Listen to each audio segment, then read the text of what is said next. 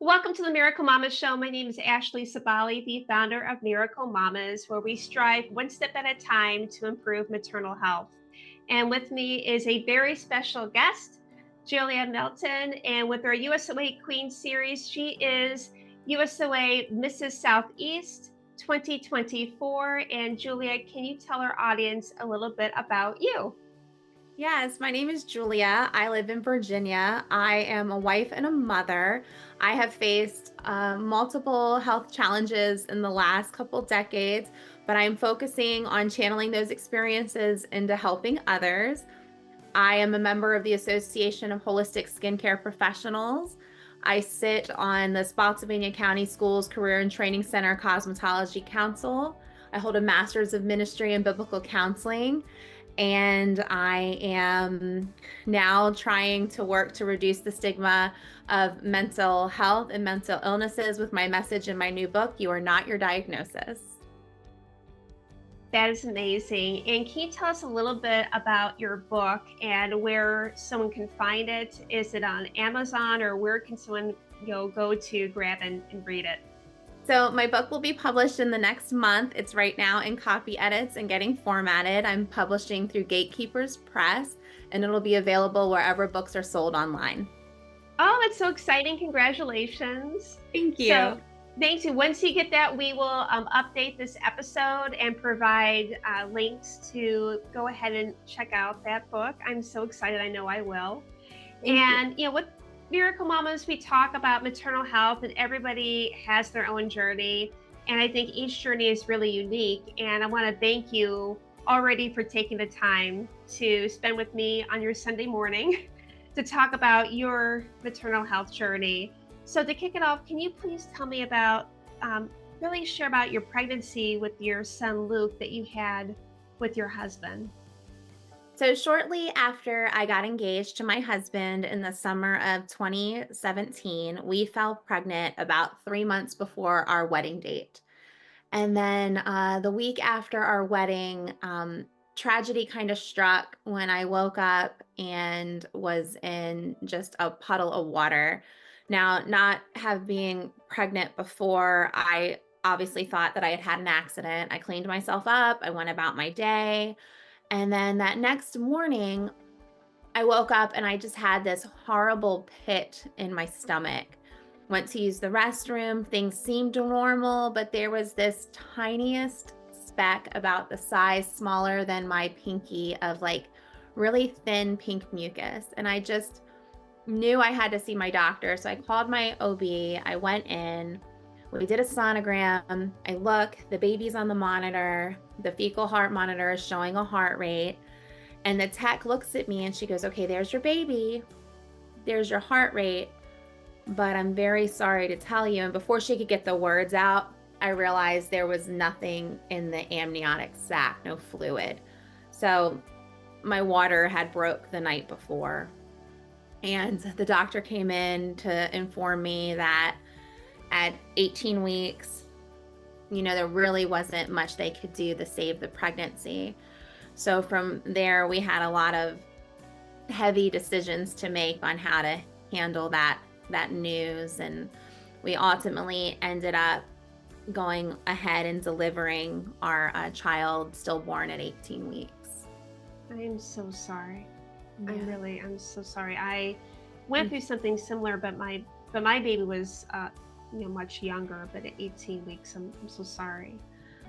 It doesn't. I mean, at any stage, I mean, it's very sad and heartbreaking.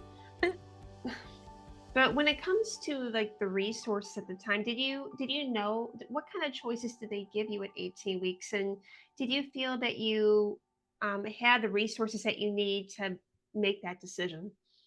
So they kind of told us there was really three things that could happen, but only two safe options. So the one option was to go home, let the child pass, and then miscarry on my own, which they highly didn't recommend because your body could take weeks to deliver on your own. You could get infected. It could they informed me that that could be a really hard traumatic experience by itself. They also told us they could send us up the interstate to a hospital where they could perform a procedure called a DNC. And for those that aren't familiar, that procedure would be going in and take weeks to do to and removing the child in an elective procedure similar to elective abortions and other procedures, but this would be to, remove the baby. And then and there's risk involved with that, of course, because they're going in and they're using instruments and stuff. And then the last option, which is what we ultimately went with, would be to go and check into the hospital and induce labor and deliver the child. And so, just because of our faith beliefs and other things, we decided that that would be the kindest and the safest option for us. And I did feel informed. I felt that my doctor and the team at the OB office were very great at answering my questions.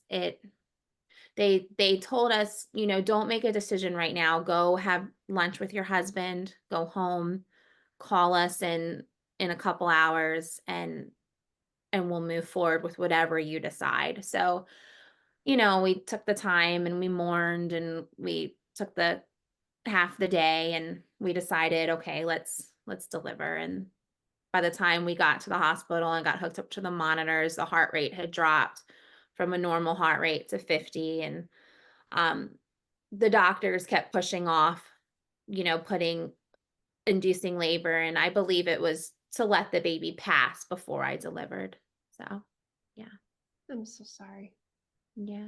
Yeah, I think when I went through something similar, I think I did go through the I know I went through the DNC procedure, and I don't think there's like what you said, it's a right or a wrong. I It's nice to know what your choices are, Hmm. and what the risks are involved. And I think when I did, I didn't really know what the risks were involved, for the different choices. So, but thank you for sharing that. I think no matter what you decide, it's not easy, and you're you know whether you go through a DNC or deliver, um your body still has to heal, and the physical trauma of going through that along with the emotional and the mental trauma, just all those things, we all share those experiences. So yeah. And then sometime after, you did get pregnant again. Can you tell me about that pregnancy? So we were very eager to try again. We went to infertility clinics and we wanted to make sure that there was no reason we couldn't try again. So when we got cleared, we immediately started. And then within 3 menstruation cycles, I was pregnant. And that was exciting. Yeah. Of course, having gone through that loss and then being the age I was, they started watching us more closely and they started measuring my cervix early and they noticed at 18 weeks, when the same period where I had lost the other pregnancy, my cervix shortened substantially, so they put me on bed rest. And then at 20 weeks it became an emergent situation where I had to have a surgery called a cerclage, which is where they call it a purse string procedure. They Okay. take your cervix and they go around and they kind of like tighten it like a purse string, kind of to seal it up. And then they put me on strict hospital bed rest for the remainder of my pregnancy. And every time I'd go into preterm labor, they'd put me on the magnesium sulfate drips and these different medications to stop labor.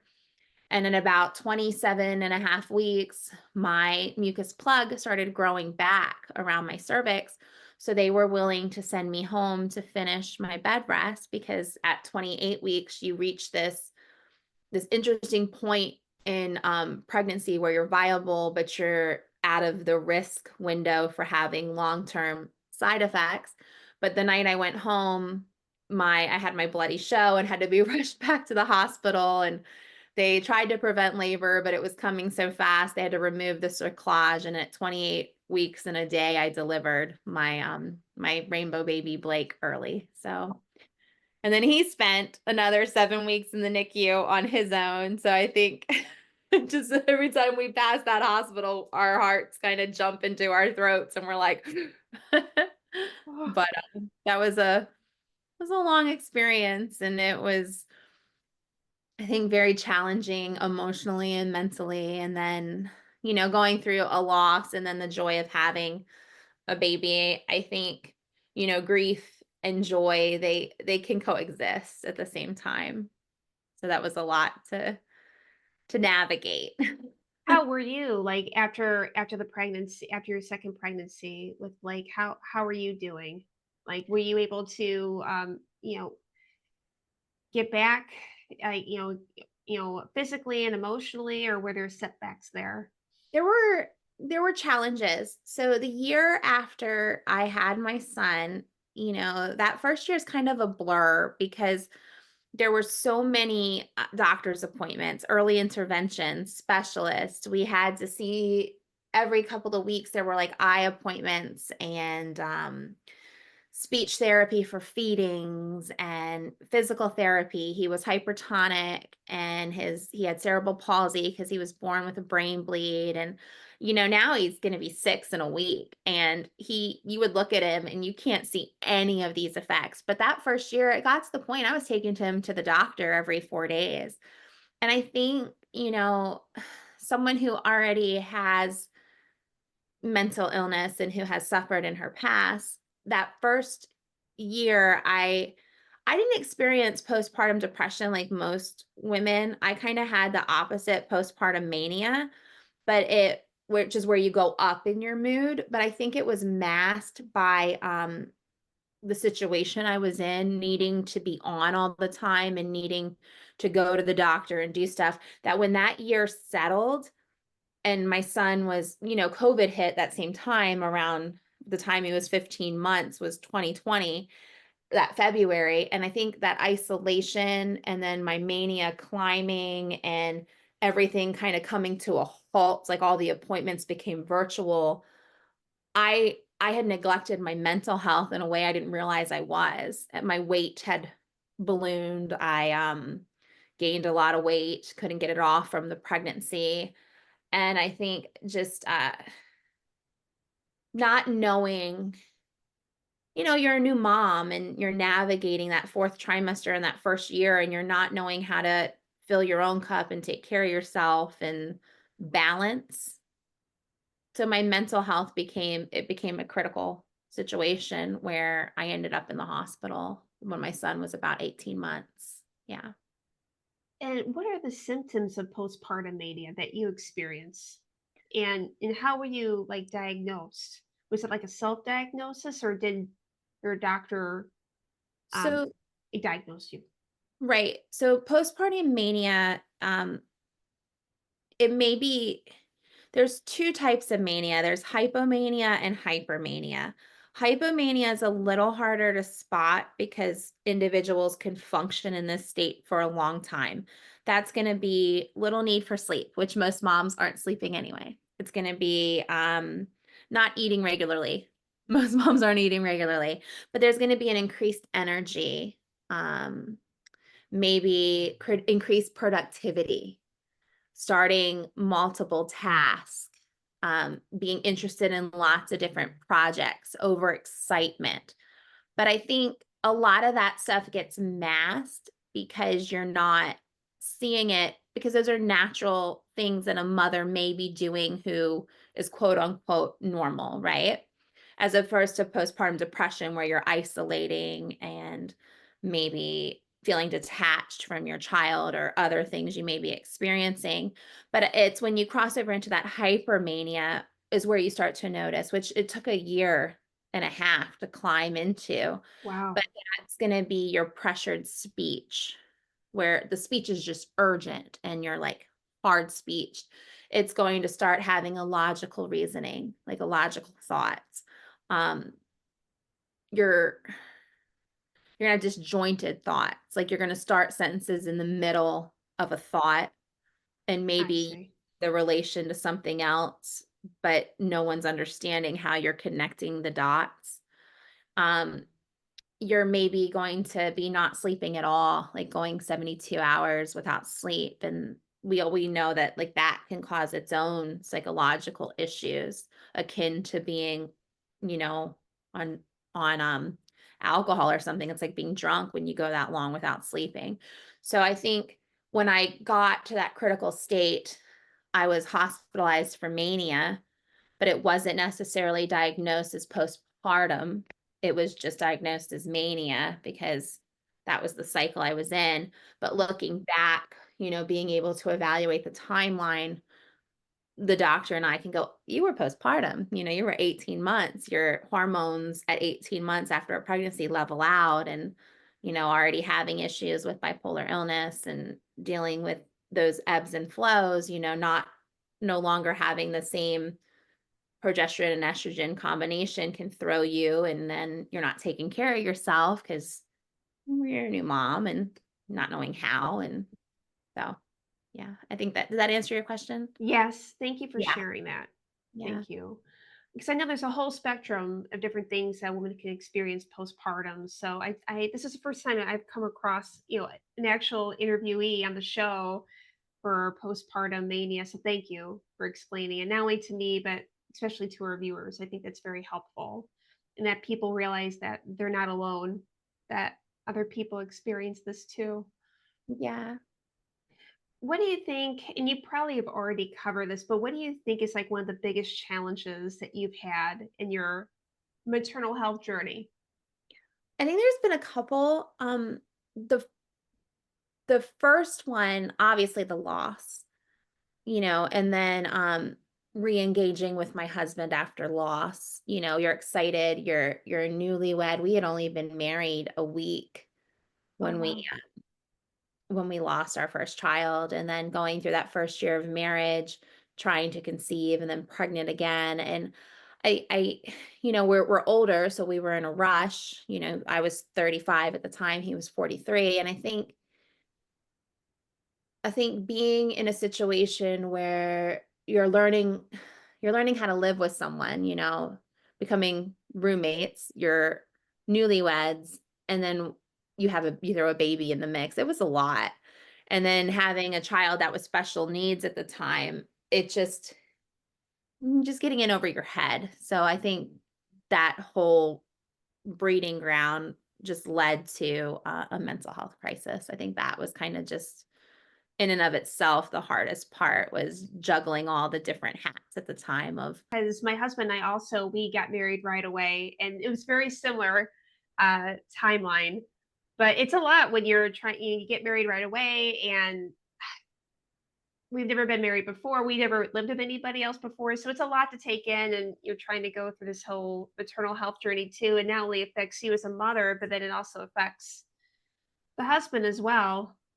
So I mean, it's a very big undertaking. So, what advice would you give to new moms out there? I this is not my advice, this is Okay. someone else's wise words, but she, I don't know if they're even her words, they were written in one of her books. Okay. Put your own oxygen mask on first. You know how like when a plane is going down, they say, put your own oxygen mask on first before helping anyone else. And it just seems counterintuitive. We want to help those around us, especially our child. But I think the thought being is you are no good to anyone else if you're not breathing. So just doing those check-ins, those daily check-ins, like, hey, have I eaten? Am I eating more than just the leftover chicken nuggets and mac and cheese? Am I taking care of myself? Am I sleeping? Am I, am I bathing? Am I, the mess will still be there. You can clean later, but am I taking care of myself? Am I finding things that spark joy? Am I finding, if I need counseling, am I going to counseling? Am I spending time with my significant other? Am I still talking to friends? Um, just filling my cup so that I can be a good mom. And I really think for new moms out there or other moms in similar situations is just, doing a check-in with yourself, being honest where you're really at, and then asking for help if you need it. Like I need help. Like I need someone to watch the kids so I can take a shower, or I really need help organizing the nursery so I can put stuff away and feel like I'm functioning. So just really, I think, yeah, putting your own oxygen mask on first. I love that. I absolutely love that. That's gold. Because you always want to like, you want to be like the hero and put yours on last, but you do have to put on first because you have to be in a good state and be the best mom that you can be for your kids' sakes and for your husband as well. So that's great advice. Thank you. You're welcome. And thank you so much for sharing your story. I am so excited about your book. So when that's released, I'm definitely going to update this episode and put the details in there. And congratulations on that. Thank And you. I'm just so excited to see what your new chapter is going to be. And thank you again for coming on the show. Thank you for having me.